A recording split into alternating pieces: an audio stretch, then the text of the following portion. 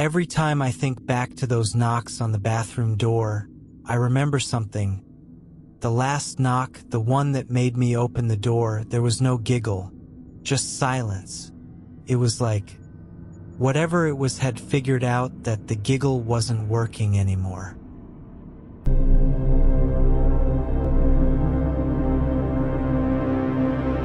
Welcome to Dark Reddit, your late-night escape into eerie calm. I'm Alex, your voice in the dark and your guide through the unknown. This is Podcast 13, a shadowy chapter in our ever-growing collection of sleepless nights. Tonight's journey spans 1 hour, a series of chilling tales whispered into your ears softly, slowly, designed to help your mind drift while the darkness unfolds around you. Before we begin, find a quiet, comfortable place to rest. Dim the lights, silence your world, and take one slow, steady breath. Now, close your eyes. Every story in tonight's episode is new, uncharted, untold, and unearthed from the darker corners of Reddit. Tales of strangers, shadows, and things that don't always stay in the past. Let your body grow heavy. Let your thoughts drift. You don't need to watch. You only need to listen. You're safe here. Now, let the night begin.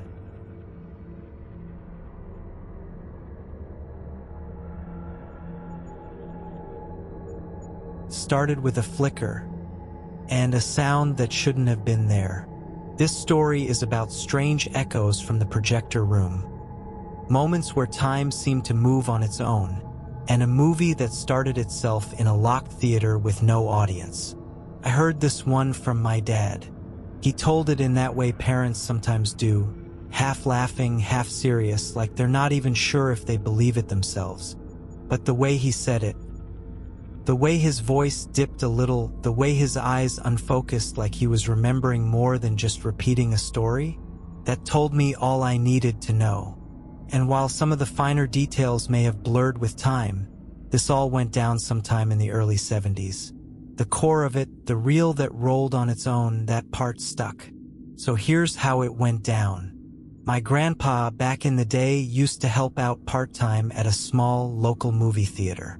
You know the kind, only 1 or 2 screens, old red velvet seats, sticky floors, and a popcorn machine that smelled more like nostalgia than anything edible. It wasn't a full-time gig, just something he did occasionally, helping the projectionist when they needed an extra hand, cleaning up, getting the reels ready, that kind of thing. The layout of this place was kind of odd, according to my dad. You walked in through the main entrance, handed your ticket to whoever was working that shift. Immediately to the left were some stairs that led up to the projector room, a cramped, dusty spot filled with film reels and mechanical clicking. Straight ahead was the main theater room. Keep going past that and you hit the concession stand, and further still was a narrow hallway with the bathrooms and an emergency exit at the far end. On this particular day, Grandpa and the projectionist were there early, way before doors opened. They'd already been upstairs prepping the projector, setting the reel on the table, checking the machine, that sort of thing. Then they went downstairs and headed to the concession stand, killing time before showtime, just chatting.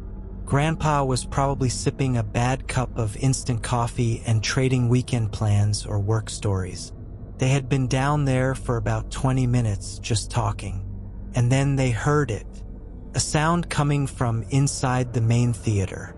At first, they thought it was just the creaks of the old building settling. It did that sometimes. But this wasn't that. This was different. It was the soundtrack from the movie. Faint, but unmistakable. Dialogue, music, and then the unmistakable flicker snap of film running through a projector. They looked at each other. Then, without saying a word, they rushed into the theater. The screen was lit up. The film was playing, all by itself. with no one in the seats, no one in the building. They booked it up those narrow stairs to the projection room, hearts pounding. Sure enough, the projector was humming along. The reel they had left sitting on the table was spinning. The light from the bulb cut across the dark room just as it should during a normal show. But the thing is, no one turned it on. Not Grandpa. Not the projectionist. And it couldn't have started on its own. Those machines were purely mechanical, requiring someone to manually thread the film and turn it on. They shut it off immediately, stood there for a long minute, just breathing, staring at the equipment like it might jump or speak or rewind itself. Then they started going through the possibilities. Someone playing a prank? Maybe. But the front doors were locked from the inside. No one could have gotten in without them seeing it. The only path to the projector room was those stairs right off the concession stand, which they had been standing in front of the entire time. And even if someone did manage to sneak past and climb those stairs without being seen, how would they know how to work the machine? Grandpa wasn't the kind of guy to scare easy. He'd been through some real stuff in life, wars, poverty, backbreaking jobs. But that day he got quiet, didn't laugh it off, just kind of nodded when the projectionist said, "Maybe we don't ask too many questions." They didn't report it, didn't talk to the manager, didn't even tell any of the other workers. They just went on with the day, opened up, sold the tickets, played the real show when it was time. As they say in the movie business, the show must go on. But Grandpa didn't go back right away. He took a couple weeks off from helping at the theater. Said he was busy with other things, yard work, fixing the car, whatever. But Dad told me even back then, Grandpa would never go up to that projector room alone after that. If he had to do it, someone else had to come with. When he finally did return, nothing weird happened again. No more self-starting films, no strange sounds, no lights flickering, no shadows. It was just normal. Still, that one moment stuck with him. He never figured it out, and neither did the projectionist.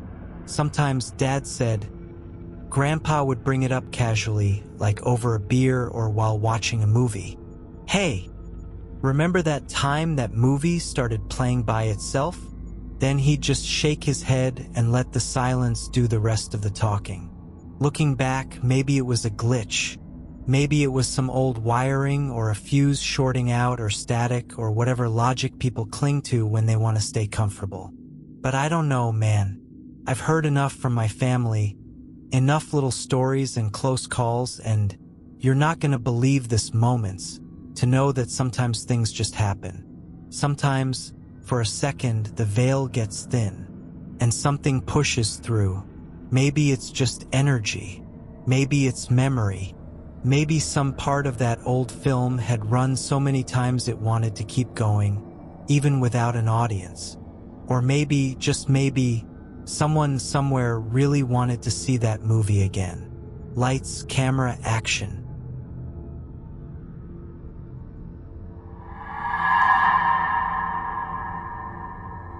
You don't really know fear until it sits across from you, staring from a Harley-Davidson recliner.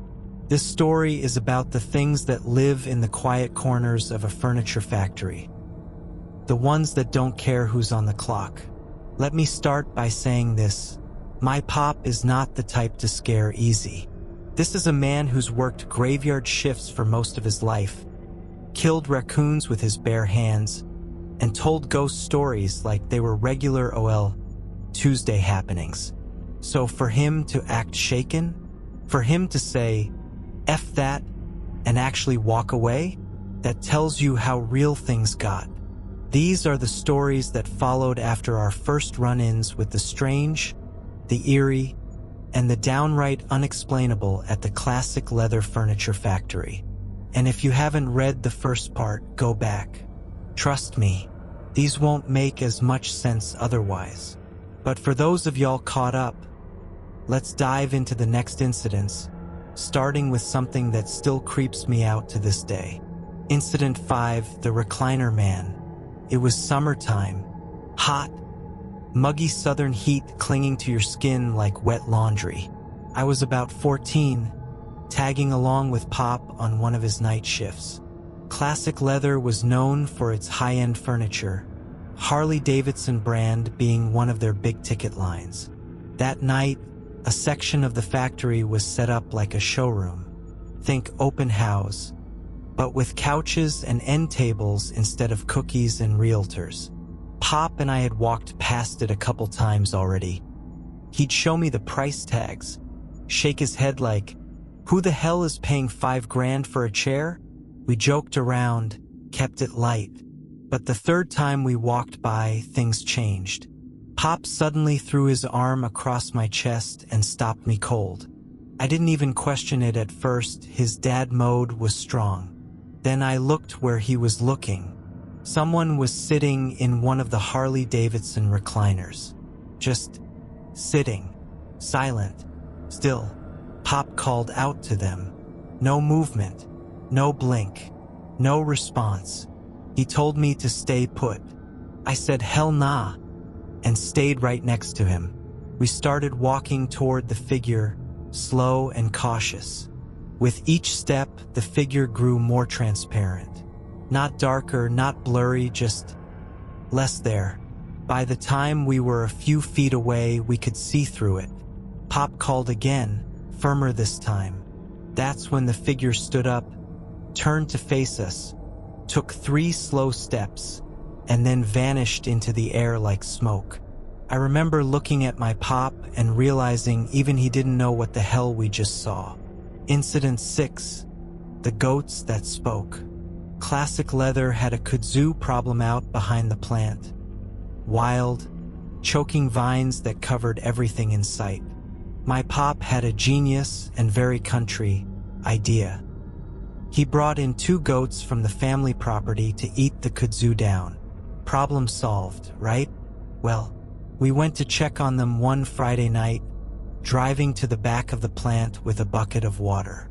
The goats were acting off, twitchy, pacing, their eyes glowing red in the headlights. Pop told me to stay in the truck, again, and walk toward them with the water. I watched him stop halfway there. He stood still, like he hit an invisible wall. Then, slowly he backed up, fast, and practically dove back into the truck. Slams the door, starts the engine, and says, "They gonna have to wait till tomorrow." I asked why, and he said, dead serious, "I'm not talking water to no goats that's talking to me." I laughed at first. Then he added, "And they weren't speaking English." That was the end of that night. Goats got their water in the daylight. Incident 7. Come down. Pop once told me this one over dinner, totally deadpan. It still gives me chills. He was doing his rounds like normal, passing by a stairwell that led to a deeper part of the plant, the darkest part. He saw a pair of eyes looking up at him from the shadows. First thought, a raccoon or groundhog. But then, something spoke. A low, grating voice from the dark whispered, "Come down." Pop said it didn't sound human. It didn't sound right. He skipped the rest of the key boxes on that round and didn't even bother making excuses to management. When your instincts scream, "Don't go down there," you don't ask questions. Incident 8. The tow truck that drove itself. Another night, same plant. Pop's making his usual rounds when he hears the elevator engage behind him. He thinks, "Not today," and keeps walking. That's when he hears beep, beep, beep, like a tow truck in reverse. Then he sees lights cutting through the corner ahead. He pauses, sees the full headlights before the tow truck turns the corner and comes directly toward him. But no one's driving. He ran, didn't look back. When he returned to that area later, the truck was parked perfectly in its usual charging spot, plugged in like nothing happened. He swore it even honked at him when he passed it afterward. More than once. Incident 9, the blackout. This might have been the worst one. During a wicked electrical storm, the entire plant lost power. Total blackout. Pop decided to do one round with just a flashlight. Said, "If it gets weird, I'm done." First, all was quiet. Then he started hearing boots. Footsteps pacing with his. No one was supposed to be there but him. He skipped the bottom floor, the most haunted part. But right before reaching the stairs, the power kicked back on. Relieved, he figured he might as well finish the route. Big mistake. He reached the bottom floor, got near the break room. The vending machines, the bathrooms. Boom, everything shut off again. Flashlight on.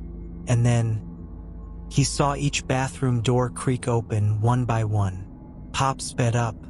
As he passed the last door, a loud growl echoed behind him and one door slammed so hard it shook the walls. He ran. As he reached the stairs, he heard something chasing him. Heavy footsteps. Then, laughter. Like a man and a child mixed together.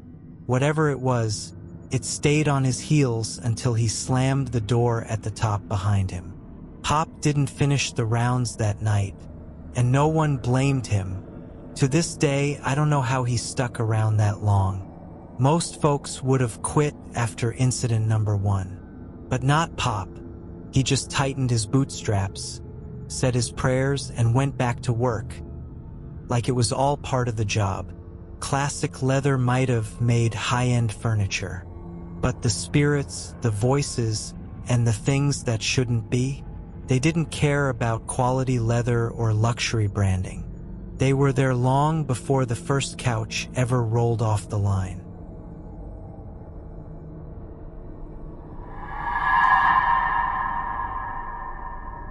You can renovate a house, repaint the walls, and plant new grass, but sometimes what lingers isn't interested in leaving.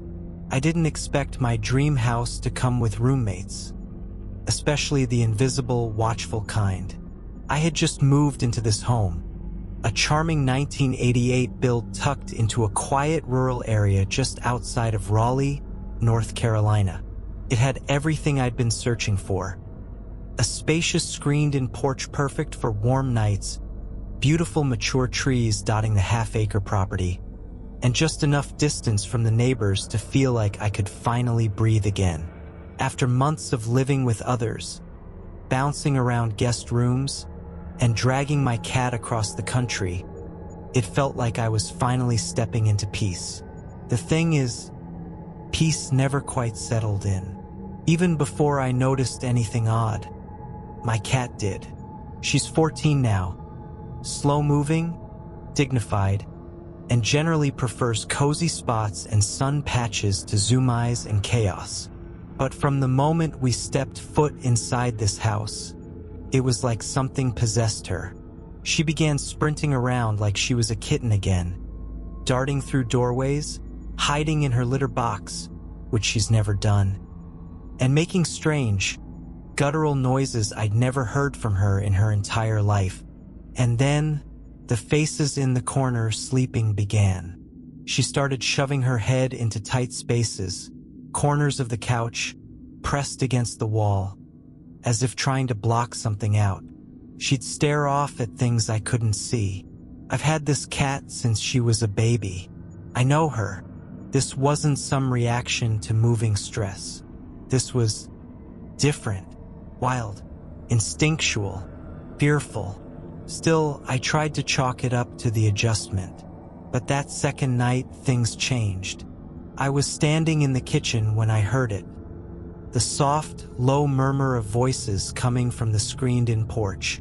Not speaking to me, not loud, but enough to make me freeze mid-step. It sounded like someone muttering, like a conversation happening just below the breath, right outside the door. I opened it quickly, expecting maybe a neighbor had wandered over or someone had gotten lost. Nothing, just the dark porch and the hum of cicadas. I left the door open for the breeze, something I probably won't ever do again, and that's when I saw it.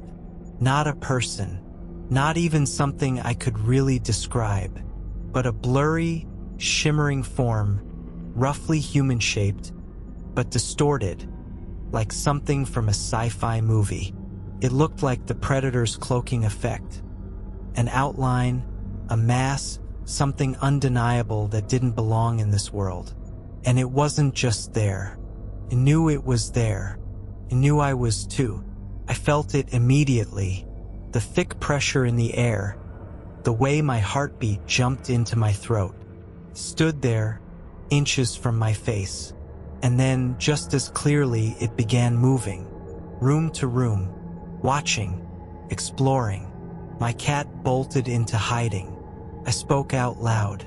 For the first time in my life during something paranormal, I addressed it directly. I have no problem with you, but I need you to leave me alone. Leave my house. It didn't feel evil, but it didn't feel warm either. Felt aware, old, territorial. The next day I saw it again, for times, in broad daylight. Same blur, same awareness, same lack of fear from it, like I was the one intruding. That's when I called a friend, someone who knew a thing or two about energy work and spiritual protection. They connected me with a local shop where I picked up white sage, cedar, a dragon's blood candle, an Archangel Michael candle, and some incense. I even got my cat a tiny citron charm for her collar, because honestly, she seemed like the only one with true instincts around here. When I returned that afternoon, the house felt still.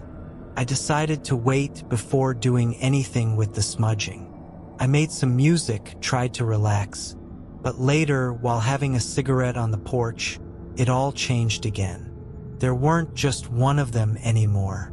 I saw 5, maybe 6 blurry, camouflaged entities like before. Some tall, some short. They moved around the house as if they'd lived here long before me. Into every room, circling slowly, never rushing, never hiding. I lit the sage and cedar, walking room to room, speaking clearly but respectfully. I don't mean you harm. I'm asking you to leave this house. When I finished, I sat on the couch and lit the St. Michael candle, hoping to anchor in some light and protection. That's when things got worse. I felt them again, but not just watching me. They surrounded me. The air thickened. My skin crawled. It was like I was inside of them or they were inside of me. Wherever I walked, they followed, invisible yet pressing in on every side.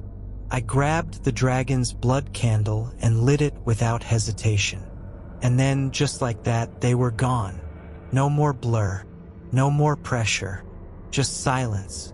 My cat, wide-eyed, slowly came out from hiding. Now here's what's bugging me the most. Are these things attached to the house, or are they tied to the land itself? Because this area, it's old. This property sits in a rural patch just outside of Raleigh, near a massive white colonial house. The kind that makes you uncomfortable just to look at. I don't know its full history, but I'm willing to bet it was a plantation at some point. I wonder if this land remembers what happened here. Maybe these presences do too. What's stranger is that I've heard a voice, one in particular multiple times since the first night. A soft-spoken older woman. She speaks just low enough that I can't make out the words, but the tone is clear. It's like she's talking about me or to herself, but never directly to me. And I keep wondering, is she the one who lingers? Was she here long before this house stood? Every so often now, even as I write this, I catch a flicker of movement in the corner of my eye. A blur. Just one now. Always quiet. Always watching. The activity has calmed since the smudging and protection work. But it hasn't stopped entirely. So, do I live on haunted land? Is it a ghost? Or something interdimensional? I truly don't know. But what I do know is that I've never felt anything like this before. Not this intense. Not this present. And I'd welcome any thoughts, guidance, or insight, because clearly, I'm not alone here. And maybe I never was.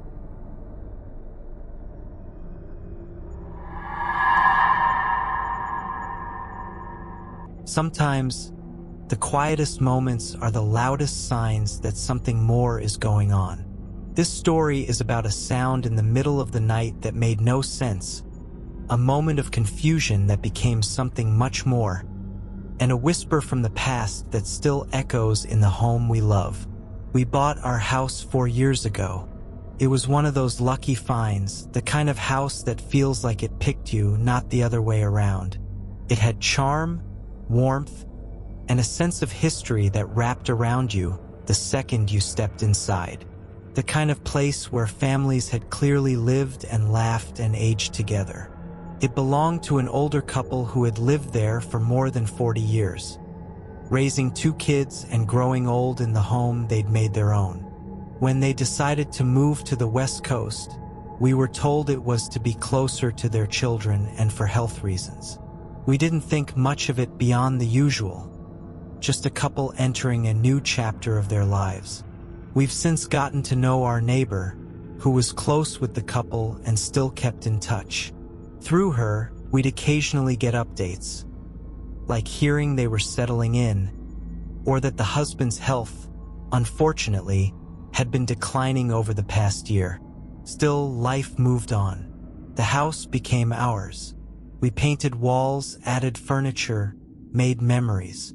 We never felt anything strange, nothing off, just a good old home, until 2 nights ago. It was about 12:45 a.m. The house was dark and quiet, except for the soft white noise hum from the kids' room down the hall. I was lying in bed scrolling on my phone, winding down from a long day. Then, clear as day, I heard a bedroom door open, specifically the door to the master bedroom. It's a distinct sound.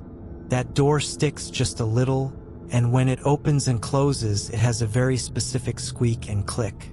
The master is the only bedroom in the house with its own bathroom, and it belongs to my stepson, Tim. Tim's a college senior, and though he moved back home to finish school, he comes and goes with his own rhythm. Late nights at the library or out with friends. So when I heard the door open and close, I didn't think much of it. I assumed he had come home, went to the bathroom or grabbed something, and maybe left again. But the next morning, I casually asked my partner if Tim had come home last night. "Nope," he said without hesitation. "He hasn't been back since yesterday morning." I paused. "Are you sure?" I heard his door open around 12:45. We looked at each other for a second. That quiet pause where your brain starts doing the math. I turned to my younger kids and asked, maybe a little too sharply, "Did either of you go into Tim's room last night?" They both looked confused and immediately said no. One even scrunched their nose and said, "Why would I? He's not here." It's one of the rules in our house. They aren't allowed in their older brother's room, especially when he's not home. And they know it. So then, who or what opened that door? I brushed it off for most of the day, even though that feeling was gnawing at me just under the surface. That weird itch you can't scratch, like you know something's off but can't quite put your finger on it. And then, later that afternoon, our neighbor stopped by. She's kind and chatty, the kind who always waves from her porch and brings over homemade cookies during the holidays. She had a somber look on her face this time. After a few moments of small talk, she got to the point. "Ben passed away yesterday," she said quietly. Time slowed down for a second. "Yesterday?" I asked. She nodded. "Sometime late at night, I think. That's when I felt it. That unmistakable ripple up your spine, as if the air around you suddenly shifted. A chill not from the weather, but from inside your own bones. 12:45. That was when I heard the door. It hit me hard. I couldn't shake the idea that maybe, just maybe, Ben had come back. Not in a malevolent way, not to scare us, but maybe to visit the home where he had lived for so many years. Maybe that room, the master bedroom, had been his once, and in his final moments, his spirit simply returned. Maybe he opened that door one last time to check in on a house that held decades of his life. The thing that really gets me is how normal it all felt. No flickering lights, no cold spots or dramatic bangs. Just a door. A simple, quiet moment that somehow meant so much more. Since that night, nothing else has happened. No more mysterious door noises. No strange dreams. But I haven't stopped thinking about it. About how houses carry stories. About how time leaves its imprint in strange, gentle ways. Some people don't believe in this stuff. That's fair. I probably wouldn't have either, if I hadn't heard it with my own ears. I think sometimes when people go, they leave behind little echoes. Not to haunt or to scare, but just to linger, to visit, to say goodbye, or maybe even just to check if everything's okay. And honestly, I hope Ben found peace. I hope he saw the family now living in his old home, laughing in the kitchen, kids leaving fingerprints on the glass, life moving forward, and felt comfort. I know one thing for sure.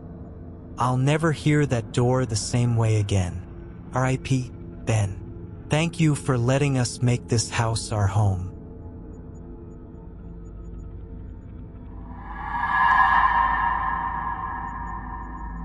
Sometimes, the things we hear as children are more than just our imagination. Sometimes, silence carries stories that our homes remember, even if no one ever speaks them aloud. This story is about how the echo of one man's last decision haunted my childhood in ways I never fully understood, until much later. I was around 8 years old when my family moved into that quiet apartment at the end of the building. It wasn't a fancy place, but it was clean, warm, and tucked away from the city noise. Our unit was the very last one on the top floor, with no neighbors above us. My parents loved the privacy. I, however, grew up feeling like we were never truly alone. The first time I heard the noises, I remember I was sitting on the floor playing with my toy cars. It was late afternoon. The sun was dripping gold through the curtains, and the house was peacefully quiet, until suddenly, above me, I heard hurried footsteps, light but urgent, followed by a heavy thud. Then the faint, metallic clatter of what sounded like coins rolling or scattering across the floor. I froze. I looked up at the ceiling, confused. It was just us in the apartment. There was no one above, no attic, no floor between. I waited, but everything went still again. The rest of the day passed normally, but then it happened again, and again, sometimes late at night, sometimes early in the morning.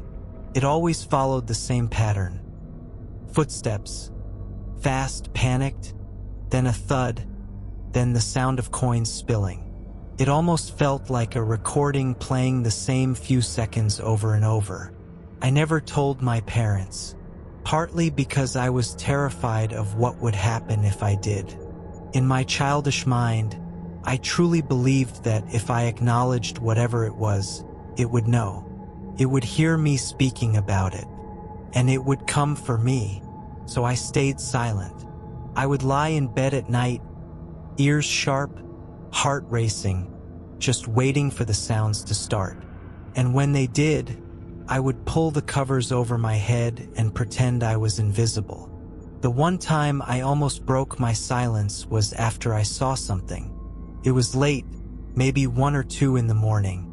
I had woken up thirsty and was reaching for the glass of water on my nightstand. As I sat up, I saw it. A pale white figure gliding past the edge of my bed. It didn't look at me. It didn't stop. It simply moved past like it was tracing a familiar path it had walked 100 times before. I didn't scream. I didn't move. I just sat there with the cup frozen in my hand until sleep finally pulled me under again. But I knew deep down that this thing, whatever it was tied to those sounds. I carried this all with me quietly for years. We moved out of that apartment when I was in my late teens. Life moved on, and so did I, but the memories never left. The sound of footsteps overhead still gives me goosebumps. Coin clatters make me pause. I learned to live with it as one of those weird childhood things. The kind we tuck away into mental drawers we rarely open. But curiosity has a way of knocking, just like those footsteps once did. A few years ago, while visiting my parents, I finally asked my dad. We were sitting in the backyard, sipping tea, just chatting about old times. I casually brought up the apartment.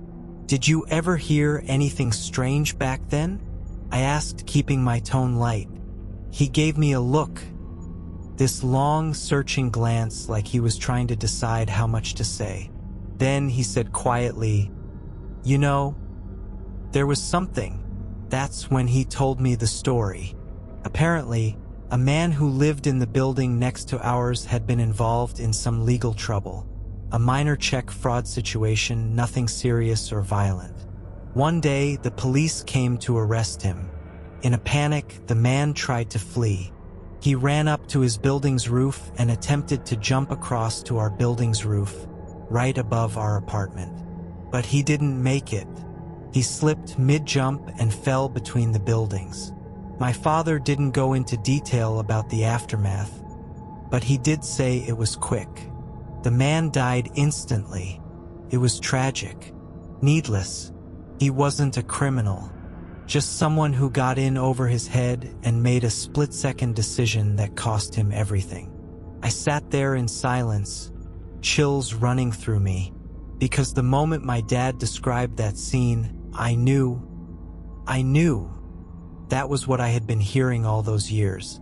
That exact sequence of sounds. The frantic running, the impact, the metallic scattering of whatever he was carrying in his pockets. Over and over again, like his last seconds were imprinted into the ceiling above me, playing on a loop. I told my dad about the sounds I'd heard, the white figure, everything. He looked at me for a long moment, then just nodded. "I believe you," he said softly. He didn't say more. He didn't need to. That was the first and only time we ever talked about it. My mom never knew. She still doesn't. And part of me thinks she shouldn't. Some stories are too heavy to carry for everyone. I don't know what happens to the soul of someone who dies in fear, with regret in their heart. Maybe they get stuck. Maybe part of them stays behind, replaying those last moments, hoping someone will listen. If that's the case, then I want to say this. To the man who ran, who fell, who never got a second chance, I heard you. I've heard you since I was a child. I didn't understand it then, but I do now. And I hope that, wherever you are, you've found peace. I hope you know that your story didn't vanish in silence. You were heard. You are remembered.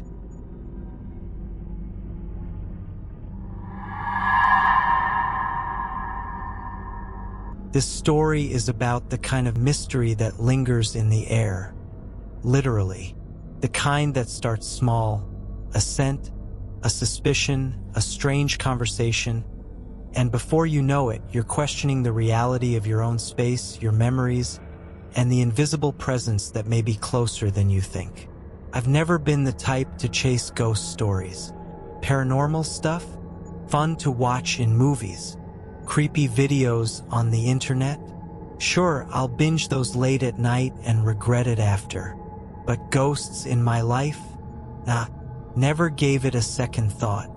That was until my neighbor came over a month ago, looking like he had just come back from a war zone. He knocked on my door one evening. Nothing unusual. We've lived next to each other for about 4 years. Casual hellos in the driveway, an occasional wave while mowing the lawn. He's a quiet guy, older, private, but always polite. But this time he looked kind of pissed off. "Hey!" He started, not angrily, just bothered. "Can you ask your roommate to stop smoking cigars between our houses? It's giving me migraines." I stared at him. "My roommate?" "Yeah," he said, frowning at my confusion. "The guy who's always outside between the houses late at night. The smoke is coming through my vents." I blinked. "I don't have a roommate." He scoffed, like he didn't believe me, muttered something under his breath, and walked off looking genuinely annoyed. I stood there in my doorway, stunned. I live alone. No roommate, no guests, and I definitely don't smoke cigars. Hell, I've never even held one, but I brushed it off. Maybe he was confused. Maybe the wind carried smoke from a few houses down. Maybe, who knows? Then, a few days later, his son came over. He's around my age, pretty chill, and has stopped by now and then to talk cars or help with trash bins on heavy pickup days. "Hey, just wanted to say sorry about my dad," he said, scratching the back of his neck. "He's been staying at a hotel. The cigar smell was flaring up his COPD real bad. He says it's been going on for weeks." I just stared at him. "But," I told him, "I don't have a roommate. I don't even smoke." His expression went blank. "I know. That's the weird part." That's when it really hit me. He believed me, and he still thought it was weird. So, curiosity got the best of me. I bought a Ring camera and mounted it right between our houses. I made sure it had motion detection, night vision, the works. I figured, maybe I'd catch some idiot sneaking between the houses. Maybe some random guy was lighting up cigars and just chilling in the shadows. 3 weeks went by. Nothing. No person. No movement. No cigar smoke. No glowing embers. Just wind and shadows and the usual nighttime stillness. But the weird part? I hadn't seen my neighbor or his son since that day. Their house looked normal. Lights on, trash bins moved, porch light flicking on at night, but no sign of them. At first, I thought maybe they were just staying out of sight, still riding out the smell or the weirdness of the conversation.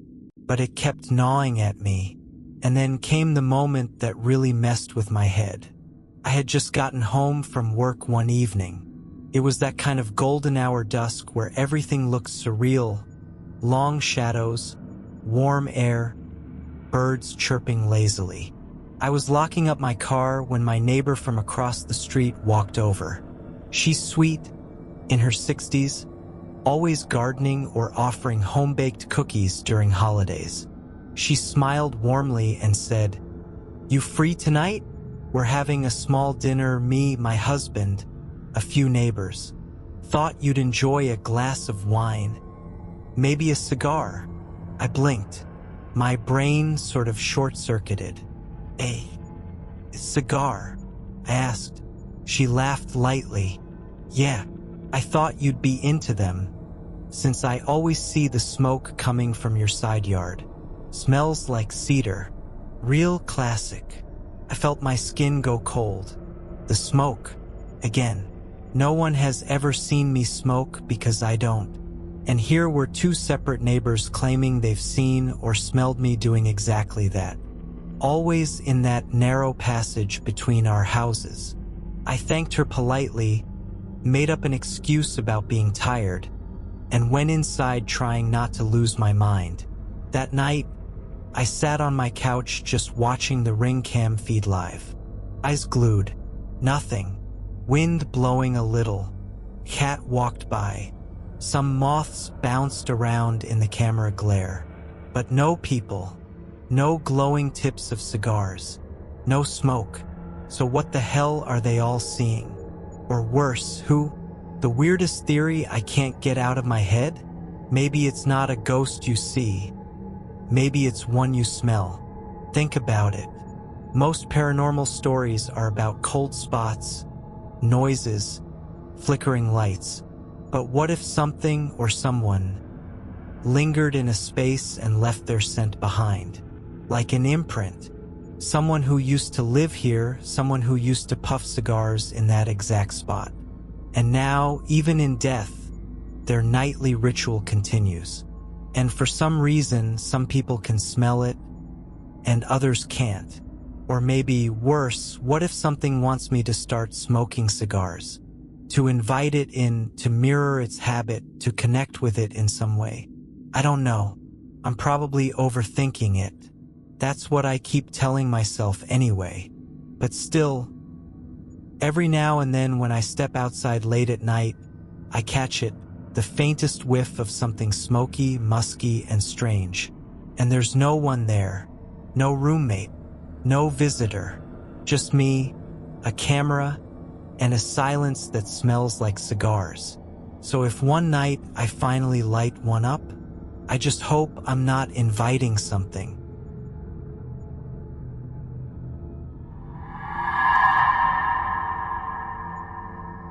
This story is about the kind of silence that makes your ears ring, the kind of stillness that feels watched. It's about footsteps that don't belong to anyone you know, and the tension of waiting for something to show itself, but hoping it never does. There's a certain kind of horror that creeps up on you when the world outside is already a little off. The skies are gray, the wind is picking up, and the rain won't stop tapping the windows. The air smells like salt and electricity. The atmosphere already feels haunted before anything actually happens. This was Myrtle Beach, South Carolina during Hurricane Debbie. My whole extended family had rented out this cream-colored, two-story beach house perched on stilts like most of the others in the complex. The kind of place that looked like it hadn't been updated since the 90s.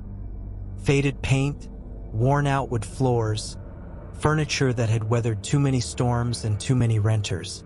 It was charming in that we're here for a good time, not a long time sort of way. As the storm slowly crept closer, everyone was trying to squeeze out the last bit of vacation before it became a full-on washout.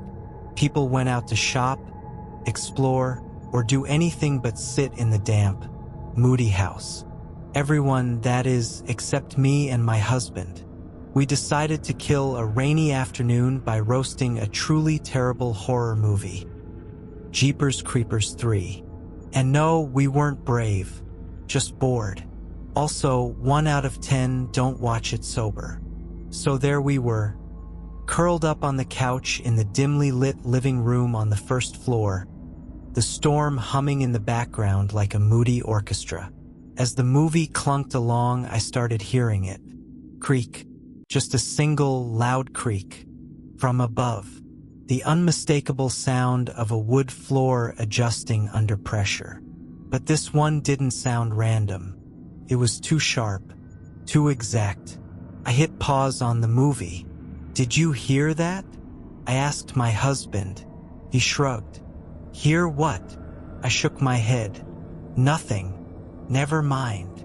A few more scenes in, and then creak, creak, creak, this time unmistakably footsteps. Not fast, but deliberate. Heavy, dragging footsteps coming from the hallway upstairs. Like someone was pacing slowly, turning in a circle, then pausing near the top of the stairs. It was rhythmic, repetitive. I muted the movie. "You have to hear that," I whispered. My husband blinked at me. "Hear what? You're freaking yourself out." "No, I swear to God, listen." And then we both sat there, completely silent. The kind of silence where even the storm outside seemed to hold its breath. Creak. This time, even he heard it. His posture straightened instantly, like someone had just tugged on an invisible string in his spine.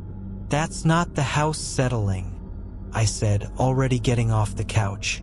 I did a quick check of the house. Every bedroom? Empty. Every bathroom? Empty. The kitchen, the garage, the laundry room? No one. And the kicker? I had watched every family member leave earlier that day. Our beach house was designed in such a way that everyone had to pass through the living room to get out. I saw them go, one by one. So who the hell was upstairs? The footsteps never made it down. They just stayed circling the landing at the top of the staircase, like someone trying to decide whether or not to come down, or maybe just waiting for something. It lasted maybe 4 minutes total, but it felt like an hour. And then, just like that, it stopped. No more creaking, no more pacing, just the soft whirring of the ceiling fan above us and the steady patter of the rain outside. We didn't finish Jeepers Creepers 3. I couldn't focus anymore, and frankly, the movie was already doing a bad job of holding our attention. That tension, that unease, just sat in my chest like a stone. It never boiled over into full panic, but it stayed with me for the rest of the trip. No one else experienced anything that week. No flickering lights, no shadows, no cold spots, but I never felt easy in that house again. Every creak made me stop. Every floorboard groan made me flinch. It's strange how your body remembers fear. Even now, writing this, I can feel the goosebumps rise just thinking about those steps. Circling, pausing, waiting. It wasn't my first paranormal encounter. I've had another in my life, but this one was different. There was no ghostly figure, no whispering voice, no slamming doors. It was subtle, measured. It didn't want to scare me. It wanted me to notice it, and I did. What scares me the most, in hindsight, is the feeling that it knew we were alone. That it chose that moment, that precise afternoon, when everyone else was gone and the world outside was already growing darker. Like it was waiting for quiet. Like it was waiting just for me. Ever since then, I've wondered, what if I had gone upstairs? What if I'd tried to catch whatever it was in the act? Would I have found an empty hallway? Or would I have seen something that changed everything? I don't have the answer, but I do know this. I've never been so relieved to leave a vacation home in my life. And next time someone says they heard footsteps in an empty house, I'll believe them.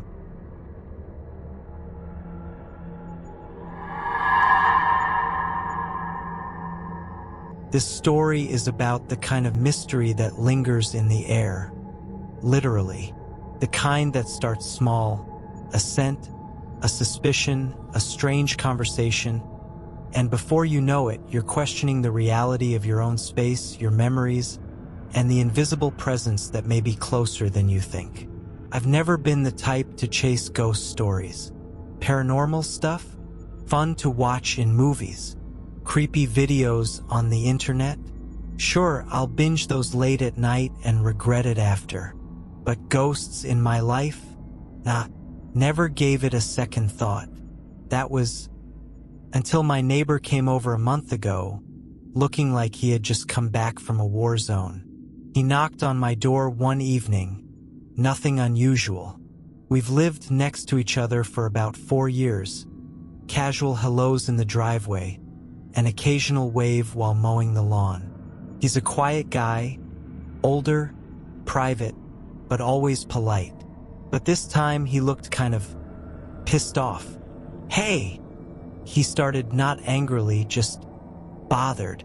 "Can you ask your roommate to stop smoking cigars between our houses? It's giving me migraines." I stared at him. "My roommate?" "Yeah," he said, frowning at my confusion. "The guy who's always outside between the houses late at night. The smoke is coming through my vents." I blinked. "I don't have a roommate." He scoffed, like he didn't believe me, muttered something under his breath, and walked off looking genuinely annoyed. I stood there in my doorway, stunned. I live alone. No roommate, no guests, and I definitely don't smoke cigars. Hell, I've never even held one. But I brushed it off. Maybe he was confused. Maybe the wind carried smoke from a few houses down. Maybe, who knows? Then, a few days later, his son came over. He's around my age, pretty chill, and has stopped by now and then to talk cars or help with trash bins on heavy pickup days.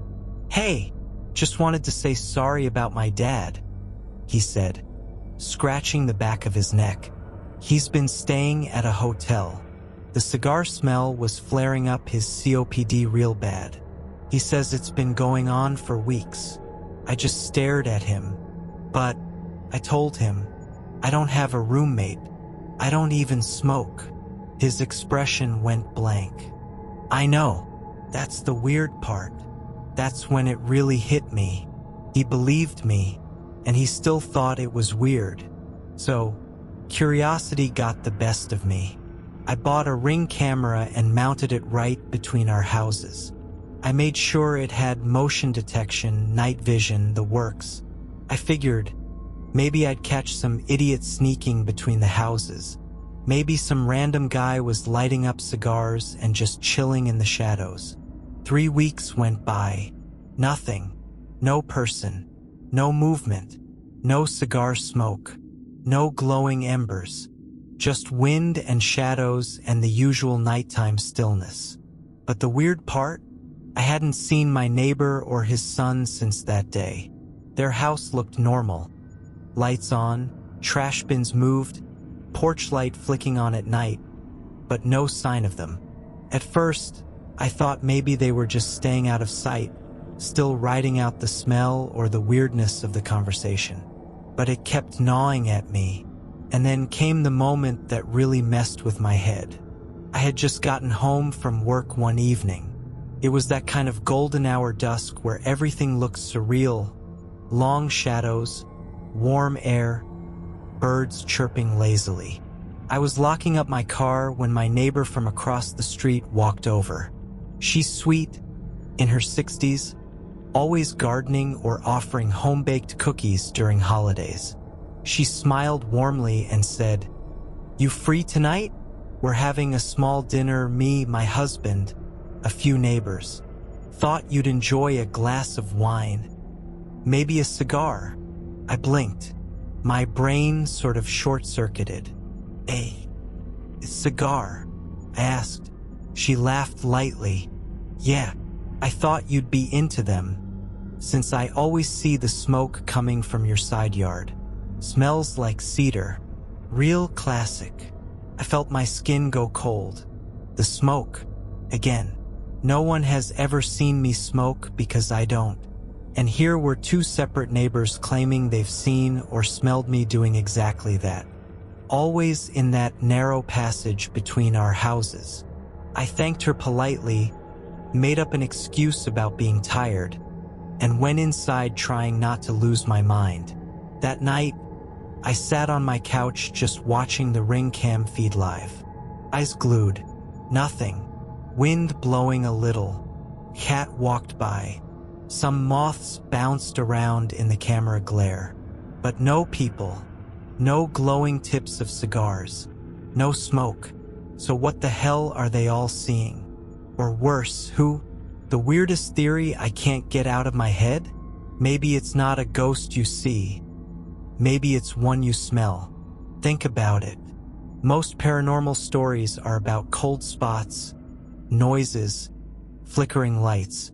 But what if something or someone lingered in a space and left their scent behind? Like an imprint. Someone who used to live here, someone who used to puff cigars in that exact spot. And now, even in death, their nightly ritual continues. And for some reason, some people can smell it, and others can't. Or maybe worse, what if something wants me to start smoking cigars? To invite it in, to mirror its habit, to connect with it in some way? I don't know. I'm probably overthinking it. That's what I keep telling myself anyway.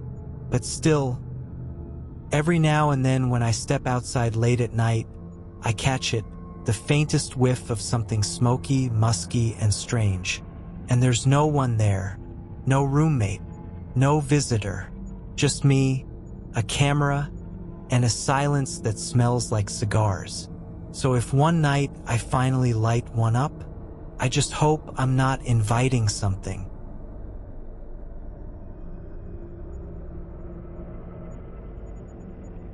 You've made it through the hour. The stories are over now, and the night is quiet again. Let the silence soothe you. Whatever followed you from the tales, leave it here. You're safe, you're calm, and you're already drifting deeper into rest. If you enjoyed these stories, consider subscribing to Dark Reddit for more nightly chills. Until next time, sleep well.